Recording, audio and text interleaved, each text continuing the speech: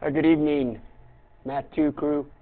This is Mr. Jacobs at 7:37 in the evening, and I'm here ready to do some math questions. All right, so this is section 6.6, chapter 6, section 6, page 362.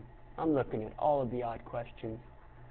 Now, these are the word problems. This is where we apply all the things that we've learned to solve problems that are real.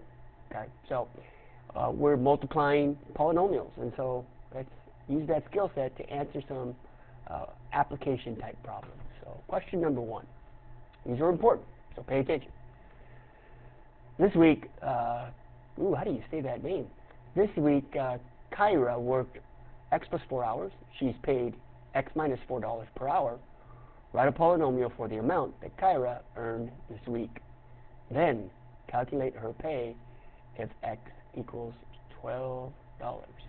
So the amount of pay that you earn is calculated this way. So the amount that you earn, simple formula, the total amount, right, total in dollars, is equal to the amount of dollars you earn times, it's dollars per hour. Here we go. Dollars per hour times the number of hours worked. So I'll abbreviate. Numbers of hours worked. Okay? So the total amount of money made, the total dollars here, equals the dollars per hour you make times the number of hours you work. Simple concept. So the dollars per hour, according to the information given, X minus $4 per hour. So I will substitute that expression here. And that's a quantity, so I'll box it or group it with parentheses. Multiply that by the number of hours worked. And that amount is here. Worked hours, X plus 4.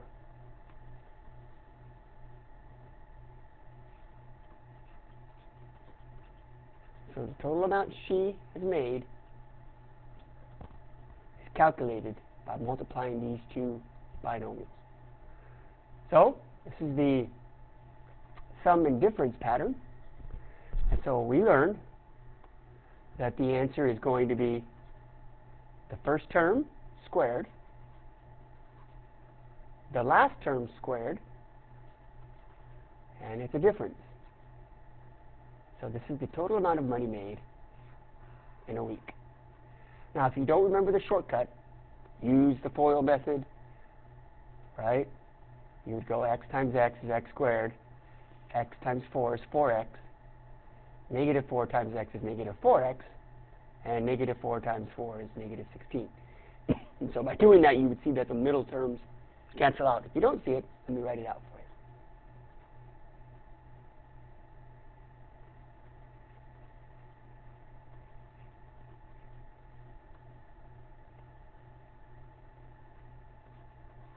And so I hope you see it there. Right? So that's the value of the total dollars made in a week, x squared minus 16. Now we're given one other question. Calculate her pay if x is 12. Okay? So if x equals 12, then the total amount of money made is equal to x squared minus 16, and substituting 144 minus 16, and so the total amount made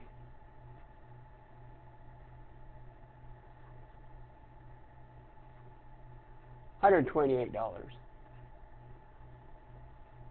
Okay. Next question. Gary is building a square table for a kitchen. In his initial sketch, it's hard to say this late, each side measures X inches. After rearranging some furniture, he realized that he would have to add 1 foot to the length and remove 1 foot from the width, and have a rectangular table instead. Write a polynomial to represent the area of the rectangular table. So a drawing is due. So here's my square.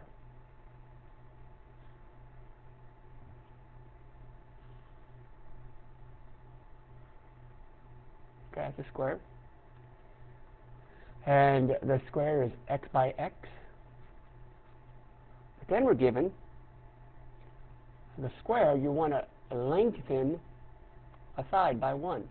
So if this was my length and this was my width, then the length, I want to add 1 to it. So let's just take that. Let's pretend that's 1 more unit. So this would be x plus 1. That's my new length. And my width, this is where it says you're going to add 1 foot to the length. That's what's going on here. And then it says remove 1 foot from the width. That's subtracting 1 from the width. Well, the width is also x. So this here is going to shrink. And that would be x minus 1. Okay.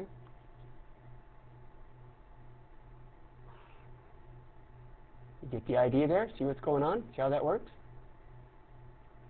And that's the expression x minus 1. Remove 1 from the width, subtract from x.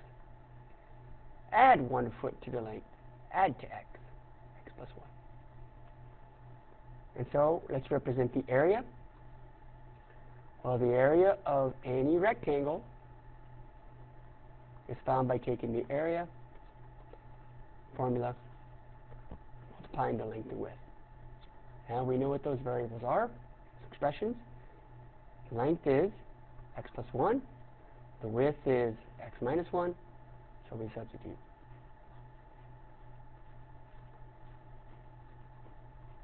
Now, again, use the FOIL method, or notice this is the sum and difference pattern.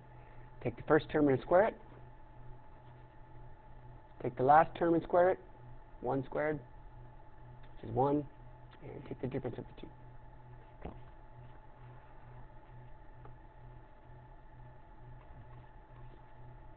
Moving on. Which polynomial represents the area of the garden, including the fountain? Now, I didn't include all of the directions here, my apologies, but we are told that this is a square with side length 2x plus 4. We're also given that the fountain in the center has a radius of x minus 2. Okay? So we're asked to find the total area of the rectangular garden including the fountain. So if it's a square and we're including the fountain, don't be deceived. What you are finding is the area. I hope this shows up on the video, this color. But you're finding just the total area of this square. You see that? That's what you're finding, the total area of the square. And so if this side has a length of 2x plus 4, then we also know this length here is also 2x plus 4. Right? This also has to be 2x plus 4. So I'll write that down. Why not? Here, this is 2x plus 4.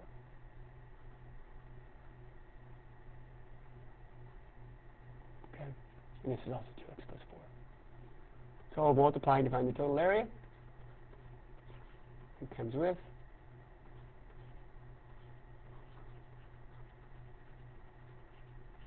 and you could write it as 2x plus 4 squared, or expanding it, I'll write it below it,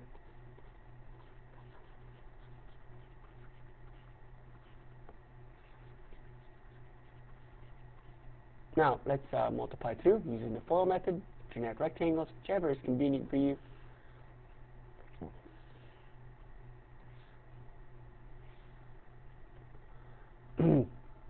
Now, there is a shortcut method too.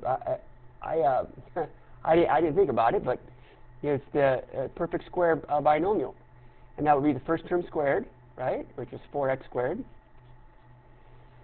It's the first term and last term, right, the product of the two, then double that, so that'd be 16x. Again, you can find this using the other techniques that we've learned. And then the last term is 4, square that, you get 16. And so this would be the area of the whole garden, which is letter G. Very nice. Okay? So 4x squared plus 16x plus 16. Now the next question says a 3-foot wide path is built around the garden. Which expression represents the area of the path? So what we've done here is we've taken this shape and now we've constructed a path around it. And I think I can move this here, just move it down just a bit. And the path would look something like this. So we're going to take this, we're going to construct a path around it. So it might look something like this. Hope I can get this done right.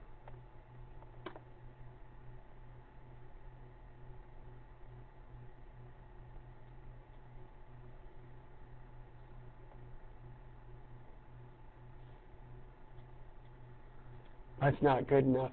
That's all right. A little off. That's all right. So I guess this is supposed to be a path around the garden, right? A pathway. It's 3 feet wide, okay? And so the way you find the area of that path would be to take the area of the whole object, all of this, okay? Take the area of the whole thing, and then subtract this inner object. And that would leave you with just the shaded area in yellow. And so what's the area of the whole square? Well, it's this. We know that the length is 2x plus 4, so I think I'm going to clear some of this off. Oh, I don't want to do that. Let's go back. That's much better. We know the length is 2x plus 4, right? And so I also know that if this is 2x plus 4, right? And this segment here is 2x plus 4, right? And we said that the width of the path is 3 feet. So we know this piece here, from here to here, is 3 feet. And we know this from here to here is also what? 3 feet. Right? So these little pieces here are 3 feet. Oh, I missed the 4. That's 3 feet, 3 feet. And so the total length across is 2x plus 4 plus 3 plus 3, which is 6 plus 4 is 10. So combining the constants 4, 3, and 3, you end up with a new length of, and that's the length of the whole square, the larger square. And so the area of this shape, since it's a square, is length times width. And remember, the length and width are identical, so this would be 2x plus 10 times 2x plus 10. Okay. This is a square of a binomial. So the pattern, again, you can use generic rectangles or FOIL method. This would be 4x squared plus 40x plus 100. Okay. That's the total area. Now we need to subtract this middle term from it. Okay. And so how we do that is we look at our previous question. Remember the middle is this area? And wasn't that 4x squared plus 16x plus 16? Yeah. So here's the shaded region. So this is going to be the shaded is, we said it was going to equal this. It's the large area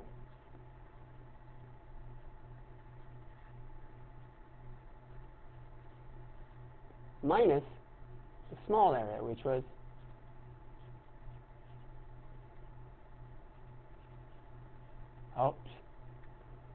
it's over there.